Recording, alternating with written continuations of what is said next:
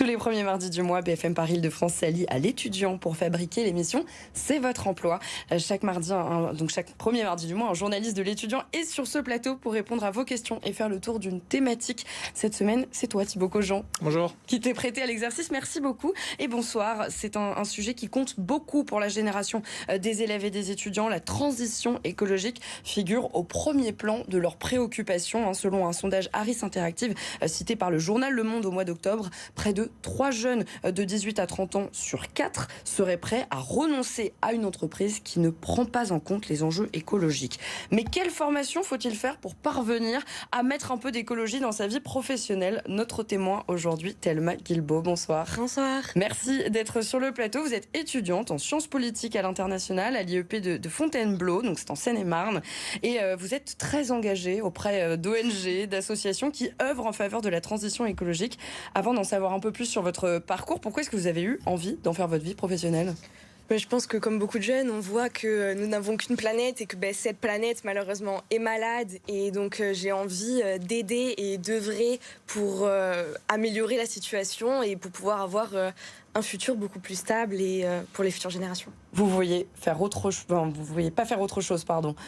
J'ai toujours eu l'envie d'être utile à la société, que ce soit plus ou moins local, national, international et qu'est-ce qui serait pas plus utile que justement sauver la planète? Bon, Thibaut, on parle d'1 million d'emplois dans la transition écologique d'ici 2050. C'est gros quand même. C'est un chiffre un peu spectaculaire qui ressort souvent, 1 million d'emplois. C'est issu de plusieurs rapports. Alors parfois c'est 800 000, parfois voilà. C'est un ordre de grandeur qui dépend d'une chose, c'est que la France respecte ses objectifs climatiques. Même si elle ne le fait pas, il y aura quand même des emplois en conséquence. Ce que ça veut dire en fait, c'est que c'est un secteur qui va être ultra porteur. Mais c'est là que c'est le piège. Est-ce que c'est un seul secteur? Parce qu'en fait non, la transition écologique c'est énormément de secteurs, c'est l'agriculture, l'alimentation. On va parler d'énergie, on va parler de rénovation énergétique des bâtiments, d'automobiles, il faut faire des voitures électriques, de mécanos, de vendeurs de vélos, ce genre de métiers qui sont extrêmement larges. Mais donc si on ne parle pas d'un secteur, est-ce qu'on peut quand même se dire qu'on peut se spécialiser dans la transition écologique? Oui, on peut. De la même manière qu'on peut faire du journalisme sportif ou politique, on peut faire community manager pour Greenpeace ou pour Total Energy. Bien sûr. Donc en fait, pour le même métier, on peut le faire de manière écolo ou pas. Et pour ça, c'est une spécialisation qui va passer par le choix de l'entreprise. Alors, voilà. Je parle ici de quelqu'un qui travaille déjà, qui va se dire je veux faire le même métier pour une entreprise vertueuse et aller dans quelque chose d'écolo. C'est complètement possible pour quasiment tous les métiers aujourd'hui et encore plus demain.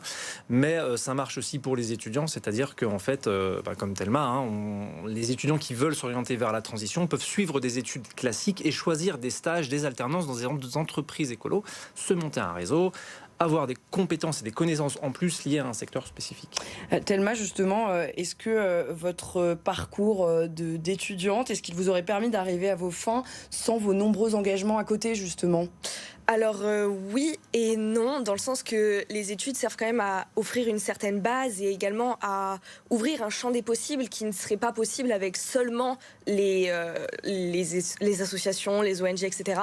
Mais les ONG m'ont quand même ouvert un autre côté que l'on n'a pas avec les études, donc c'est quand même pour moi ultra complémentaire et me permettent également de développer un réseau et parfois de se sentir utile, parce que lorsqu'on fait partie d'une ONG, on n'est pas derrière une table avec son stylo et écouter un professeur, on fait des choses dans la vraie vie, ce qui donne également donc une professionnalisation qui est pour moi ultra importante. Et donc non, je pense que les deux sont extrêmement complémentaires. Parlez-nous justement de ces engagements associatifs. Vous êtes engagé auprès de quelle association, quelle ONG? Alors, je suis engagée auprès de 2 ONG internationales. La première est Green Cross Sweden, chez qui j'ai fait mon stage de 2e année de licence là-bas. Donc la Croix Verte suédoise. C'est ça, la Croix Verte suédoise en français. Et je continue mon engagement là-bas, même si mon stage est fini, parce que ça s'est très bien passé. Et je m'occupe maintenant de développer la branche jeune de l'organisation. Et je fais aussi partie d'une autre ONG qui est plus ou moins liée avec, qui s'appelle Earth Charter International, donc de la Charte de la Terre internationale, qui est une ONG qui s'occupe, elle, de promouvoir à l'international la Charte de la Terre. Qu'est-ce que vous y faites concrètement? Alors concrètement, on fait partie donc des branches souvent jeunes qui permettent de regrouper et d'avoir un réseau et ensuite de créer des actions à l'international. Donc la charte, avec l'exemple de la Charte de la Terre par exemple, la Charte de la Terre a certains objectifs qui sont listés et assez précis. Et donc, nous mettons en place des projets pour pouvoir aider à remplir ces objectifs, un peu comme les objectifs du développement durable. Nous avons, par exemple, au Nigeria, nous aidons, par exemple, à l'éducation et essayant de créer une éducation positive en plantant des arbres et avoir une éducation globale qui permet de développer la Charte de la Terre à l'international. Thibaut, on le voit dans le cas de Thelma, les études, elles peuvent être assez longues, parce que vous êtes en 3e année de licence, vous allez aller vers un master, mais est-ce qu'il existe des formations un peu plus courtes ? Bien sûr. Là, on parle en effet des études longues qui sont plus, disons, cadres ou intellectuelles. Je voulais citer le droit tout à l'heure, par exemple. Un avocat de l'environnement, il apprend ça en master après avoir fait une licence de droit. Mais quelqu'un qui veut être dans le concret tout de suite pour un métier écologique, il peut faire par exemple un BTS. Il y a beaucoup de BTS qui vont avoir des spécialités de gestion des déchets, gestion de l'eau, administration des forêts par exemple, des mécaniciens pour le vélo justement, c'est un choix qu'on peut faire très tôt, même dès le bac pro peut-être. Donc il y a tout un tas d'univers. Encore une fois, ça dépend de l'entreprise, même si dans le cas des BTS, on apprend un métier spécifique, il y a des métiers qui sont très tournés vers ça, des métiers auxquels on ne pense pas. Frigoriste par exemple, il y a des nouvelles normes aujourd'hui dans les frigos pour utiliser des gaz, donc des gaz qui ne polluent pas. Et c'est un métier qui devient de plus en plus écolo parce qu'il respecte des normes européennes. Et il y a des jeunes qui se passionnent pour ça dans ces formations. Ça arrive. Et puis comme partout, il y a certains établissements de formation qui en profitent un peu pour faire du greenwashing ou pas ? Bien sûr, bien sûr. Ouais. On voit beaucoup de pubs pour des formations qui vont dire devenez acteur de la transition, venez postuler chez nous. Alors, je ne vais pas dire qui fait bien ou fait pas bien, mais il y a des petits signes qui... On peut agiter des petits drapeaux, on peut dire attention, méfiance. Par exemple, une formation déjà qui ne parle que de transition écologique, c'est un peu louche. Comme on l'a vu, c'est très large, ça concerne tous les secteurs. Il vaut mieux apprendre un métier, travailler dans un secteur et ensuite colorer en vert ce métier par le biais d'entreprise.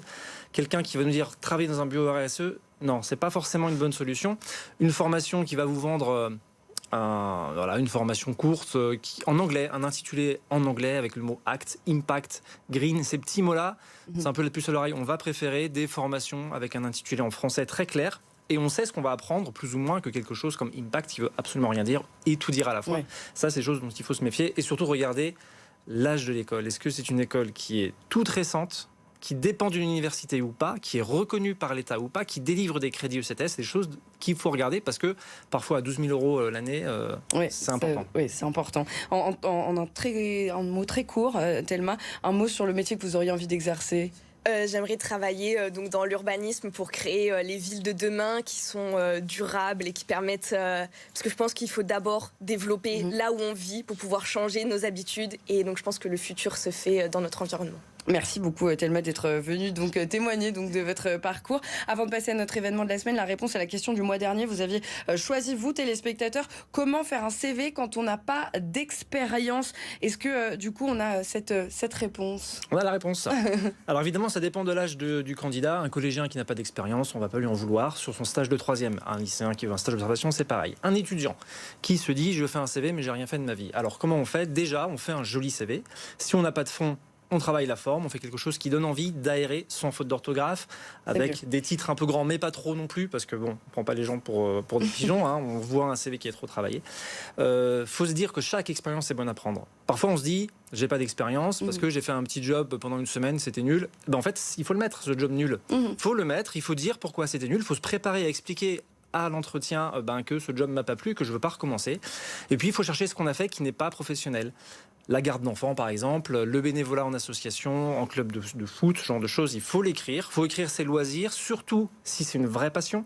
Soyez précis sur les passions si vous n'avez pas grand-chose à dire sur votre métier, parce que dans ces cas-là, on peut aller raconter je fais de la flûte traversière et voilà ce que ça m'apporte, moi, de la rigueur, des cours de solfège, j'ai appris plein de choses, le travail d'équipe. Le sport même, parce que je sais le que sport ça aussi, marche, bien sûr.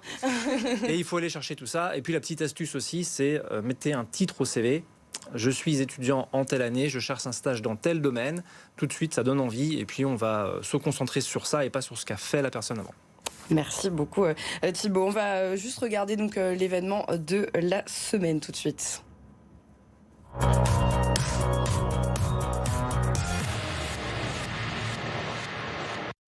Ça tombe bien, on va aller plus loin sur la thématique d'aujourd'hui parce que vous allez pouvoir trouver toutes les réponses à vos questions au Salon des formations et métiers de la transition écologique. Ça se passe samedi prochain à l'espace Champéret, c'est dans le 17e arrondissement. Le salon, il se déroule de 10h à 18h.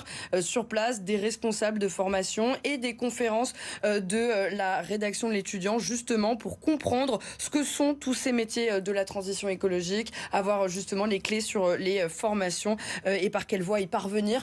On va regarder quand même ce petit QR code ensemble parce que vous allez devoir quand même vous inscrire pour participer à ce salon. Voilà, donc il vous suffit de flasher l'écran avec votre smartphone et vous allez pouvoir donc arriver directement sur le site et vous inscrire. Avant de se quitter, on regarde quand même le choix des questions pour le mois prochain, avec donc 3 choix de questions comme d'habitude. La première, c'est comment se réorienter en janvier-février. C'est vrai qu'en plein milieu de l'année, ça peut poser question. Comment est-ce qu'on trouve un stage aussi de fin d'études? Voilà pour cette deuxième question. Et puis pour la troisième, comment travailler dans la fonction publique? C'est vrai que c'est plutôt sympa parce que généralement on garde son poste assez longtemps. Donc voilà, pour sélectionner l'une de ces 3 thématiques, ces 3 questions, eh bien rendez-vous sur les réseaux sociaux de l'étudiant ou sur le site internet. Vous avez l'adresse en bas à gauche de l'écran. On va tout de suite regarder la météo.